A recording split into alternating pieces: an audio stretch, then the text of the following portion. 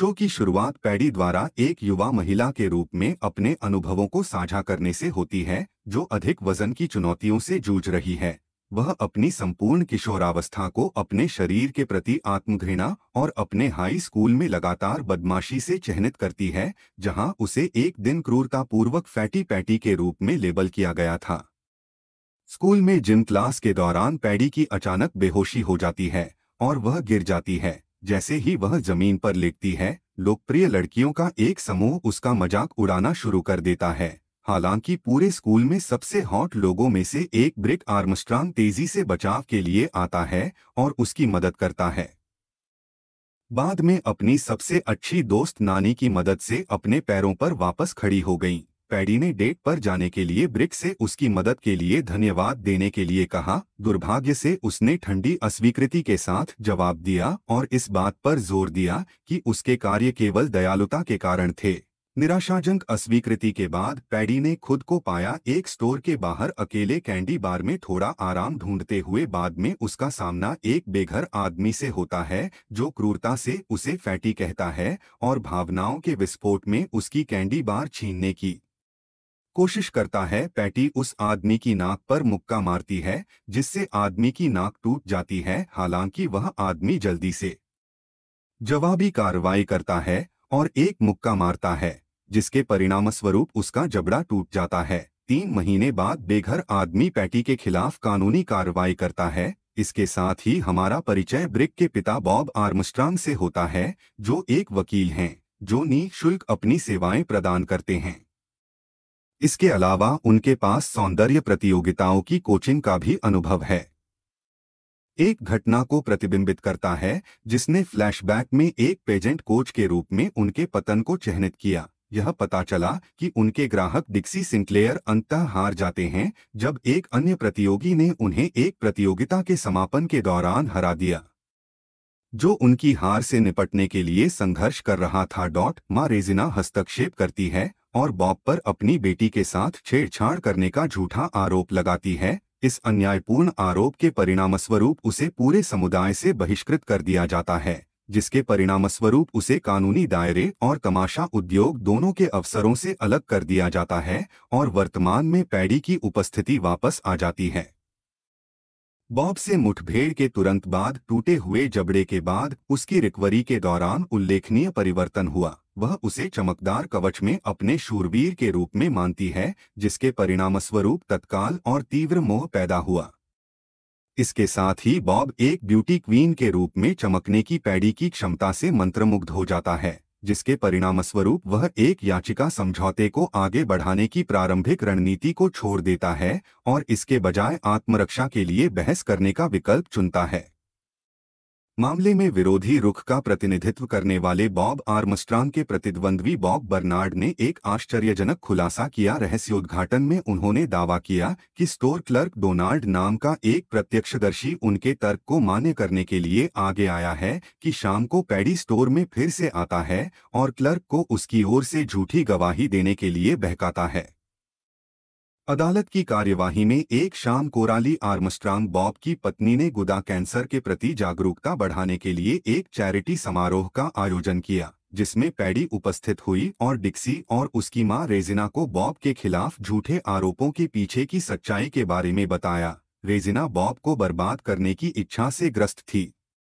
प्रतिष्ठा ने अगले दिन उसकी गतिविधियों पर नजर रखने के लिए चेज नाम के एक निजी अन्वेषक को काम पर रखा। अगले दिन पैडी आर्मस्ट्रांग निवासियों से उनकी बातचीत के दौरान अदालत में अपनी आगामी गवाही की तैयारी के लिए उनसे मिलने गई। बॉब उसकी आंतरिक और बाहरी सुंदरता के लिए उसकी प्रशंसा करता है और स्वीकार करता है कि वह उन कुछ लोगों में से एक है जिसने हाल ही में उस पर विश्वास किया है। दुर्भाग्य से चेज, जो बॉब पर बाहर से जासूसी कर रहा था, परीक्षण शुरू होने पर तुरंत रेजिना को भेजने से पहले दोनों की एक तस्वीर लेता है। डोनाल्ड, कथित प्रत्यक्षदर्शी, का दावा है कि उसे घटना की कोई याद नहीं है। फिर पैडी ने कुशलतापूर्वक न्यायाधीश को मना लिया कि उसने आत्मरक्षा में काम किया है और अंततः पैडीज ब्यूटी को उसके छुटकारे के एकमात्र अवसर के रूप में स्वीकार करते हुए मामले को खारिज कर दिया गया है। ऐसा प्रतीत होता है कि वह आगामी प्रतियोगिता के लिए अपनी अलमारी प्रदर्शित कर रही है। फिर जब वह बॉब चेस के सामने कपड़े बदल रही होती है तो पाई सूक्ष्मता से दोनों की और तस्वीरें लेती है और उन्हें रेजिना को फिर से भेजती है। इस बीच एक समर्थन बैठक में पैटी की मां ने भाग लिया। जॉन नाम के एक व्यक्ति ने अपनी कहानी साझा की। एक लड़की को तुरंत मुक्का मारने से पता चलता है कि वह बेघर आदमी है जिसने उस पर मुकदमा दायर किया था। पैटी फिर जॉन के साथ सोने की योजना बनाती है और बाद में उसकी रणनीति का पालन करते हुए बदला लेने के लिए जॉन के साथ सोने की योजना को अस्वीकार कर देती है। पैडी उस शाम जॉन के साथ एक मोटल में जाती है, हालांकि इससे पहले कि वह उसे सेट कर पाती।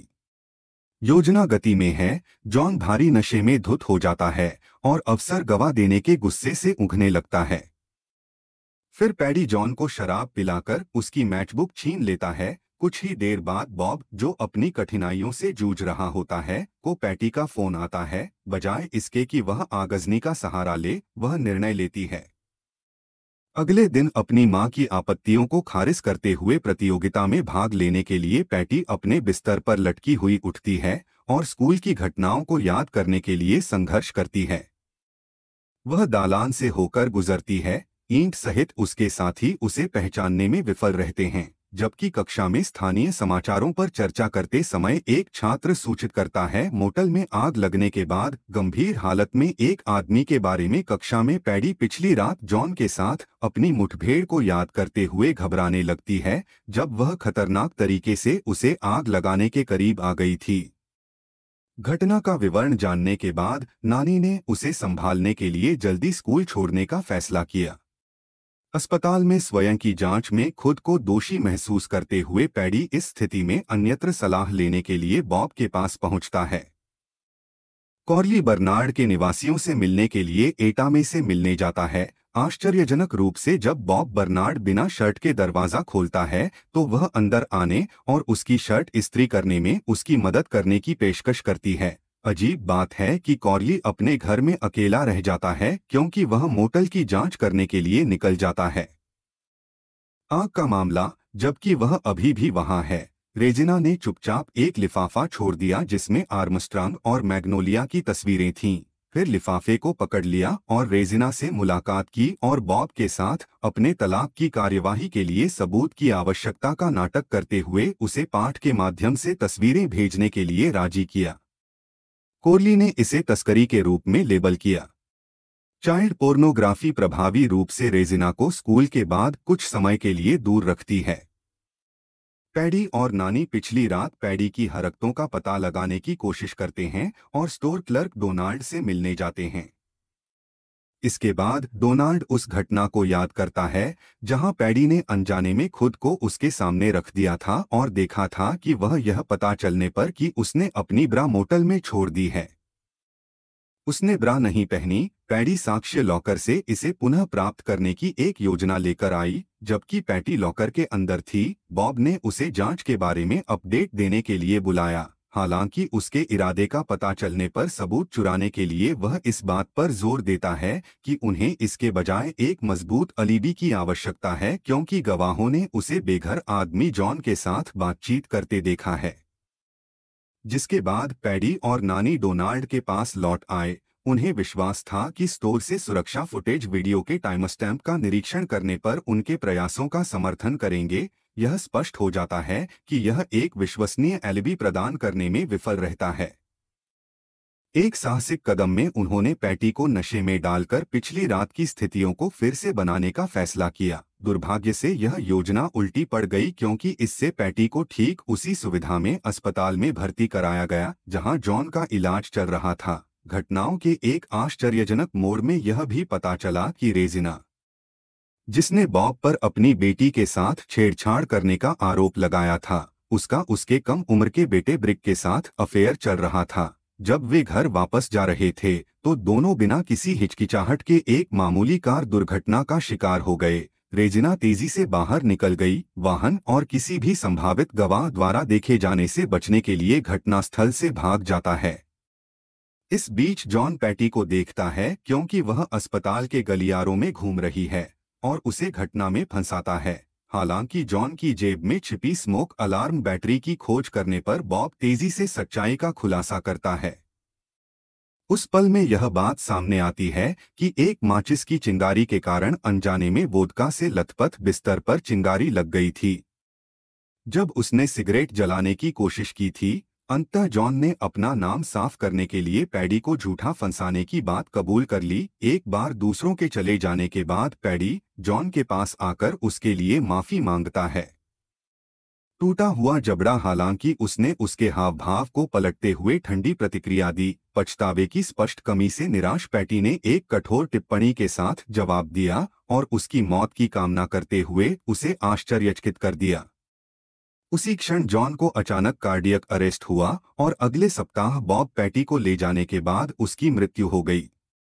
पैटी को पेजेंट की दुनिया से परिचित कराने के लिए अल्बामा जाकर उसने बैकस्टेज पहुंच को सुरक्षित करने के लिए अपने संपर्कों का उपयोग करते हुए पैडी की कमी के बारे में अपने गुरु से मार्गदर्शन लेने की योजना तैयार की।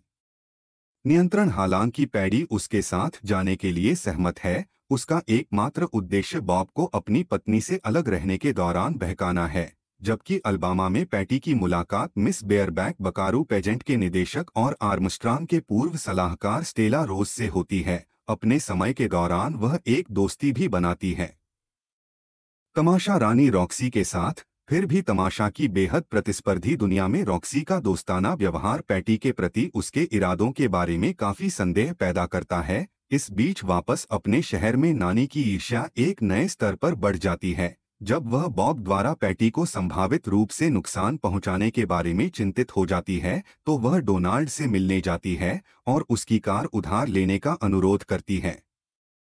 तब नानी उसे कथित छेड़छाड़ करने वाले के साथ एक खतरनाक स्थिति से पैडी को बचाने की तत्काल आवश्यकता बताती है, जो उसका वकील भी है और पेजेंट कोच। जबकि डोनाल्ड अल्बामा की यात्रा पर उसके साथ जाने की पेशकश करता है। डिक्सी, जो स्टोर पर मौजूद होती है, उनकी बातचीत सुन लेती है, जिससे अवसर आसान हो जाता है। डिक्सी उनके साथ जुड़ जाती है और प्रस्ताव करती है कि वह भी आना चाहती है। बॉब के खिलाफ और अधिक सबूत इकट्ठा करने के उद्देश्य से यह एक अप्रत्याशित तिकड़ी डिक्सी नानी और डोनाल्ड को बॉब और पैटी पर जासूसी करने के मिशन के साथ अल्बामा की यात्रा पर ले जाता है। जब डिक्सी कबूल करती है कि एक चौंकाने वाला रहस्योद्घाटन सामने आता है। उसकी मां रेजिना ने अल्बामा में बॉब आर्मस्ट्रांग के खिलाफ मनगढ़ंत आरोप लगाए। जब आर्मस्ट्रांग ने पैडी से अनुरोध किया तो स्टेला रोज ने पैडी के असंयमित व्यवहार पर काबू पाने के प्रयास में बॉब को अच्छे पुलिसकर्मी और बुरे पुलिसकर्मी की भूमिकाएं अपनाने की एक रणनीति का प्रस्ताव दिया।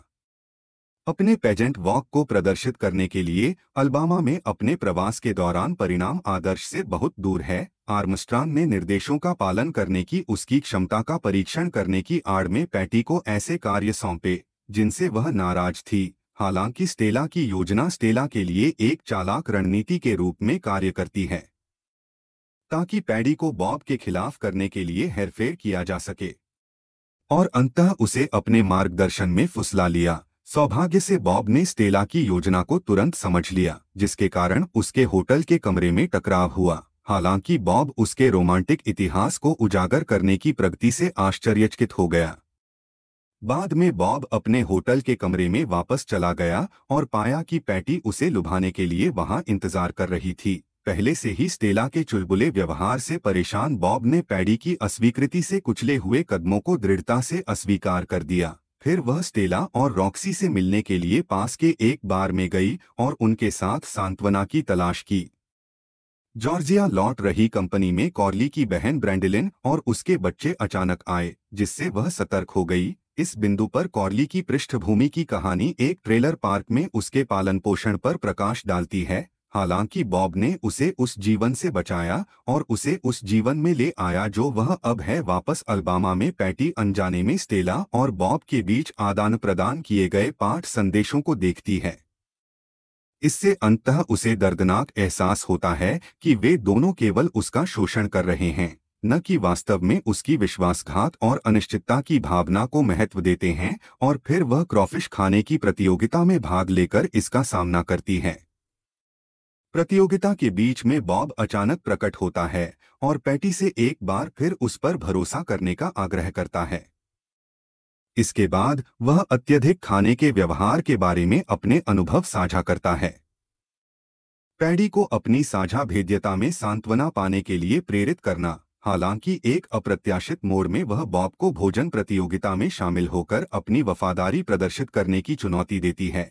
इसलिए समझने के संकेत में बॉब न केवल उसके साथ शामिल होता है बल्कि प्रतियोगिता भी जीतता है, जिसके बाद वह स्टेला रोज का सामना करता है, जो मिस अमेरिकन लेडी पेजेंट प्रतियोगिता के लिए रॉक्सी के कोच के रूप में अपनी भूमिका का खुलासा करती है, जिसमें बॉब स्टेला के साथ टकराव के बाद पैडी भी भाग ले रही है। पैटी को अपने रोमांटिक अतीत का खुलासा करती है, जिसमें उसे एक कदम उठाना शामिल है। इसके अलावा वह उससे एक उत्कीर्ण हार के रूप में ठोस सबूत भी प्रदान करती है। अंततः यह हार बॉब की शादी को तोड़ने और उस पर अपना दावा करने के लिए पैडी की साजिश का मोहरा बन जाता है।